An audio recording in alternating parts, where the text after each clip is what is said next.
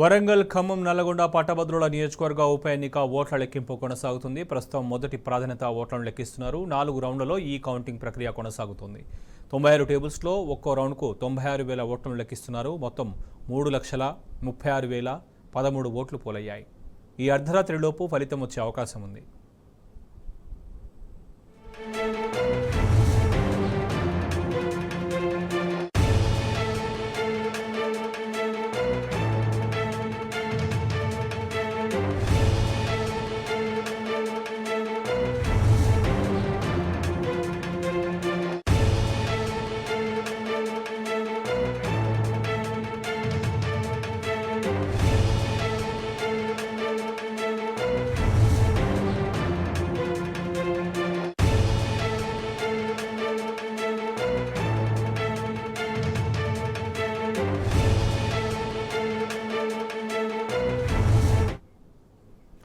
వరంగల్, ఖమ్మం, నల్లగొండ, పట్టభద్రుల నియోజకవర్గ ఉప ఎన్నిక ఓట్ల లెక్కింపు కొనసాగుతుంది. ప్రస్తుతం మొదటి ప్రాధాన్యత ఓట్లను లెక్కిస్తున్నారు. 4 రౌండ్లలో ఈ కౌంటింగ్ ప్రక్రియ కొనసాగుతుంది.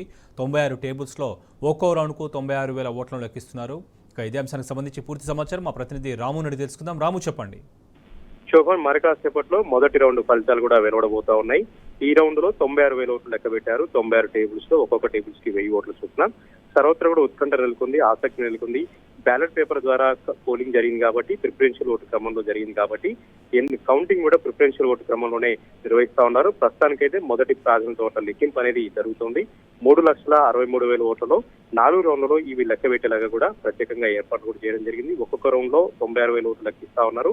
మొత్తం 4 రౌండ్లలో మొదటి ప్రాధాన్యత ఓట్ల ఫలితాలు అనేది మనకు తెలవబోతా ఉంది. మరికాసేపట్లో మొదటి సంబంధించిన ప్రిఫరెన్షియల్ ఓట్ల ఫలితాలు వచ్చిన తర్వాత ఇంకా అర్ధరాత్రి లేదంటే రేపు ఉదయం వరకు కూడా మొదటి ప్రాధాన్యత ఓట్ల లెక్కింపు అంతా కూడా 4 రౌండ్లు కూడా పూర్తి కూడా చెప్తా ఉన్నారు. ఇప్పటివరకు వచ్చినటువంటి ట్రెండ్స్ ప్రకారం కూడా హోరాహోరీగా అనేది ఫైటింగ్ జరుగుతూ ఉంది. హోరాహోరీగా పోర్ అనేది కూడా మనకు జరుగుతున్నట్టుగా కూడా మనకు స్పష్టంగా కనిపిస్తా ఉంది. ఇక ఇప్పటికే సిబ్బంది కూడా షిఫ్ట్ల వారీగా నియమించారు.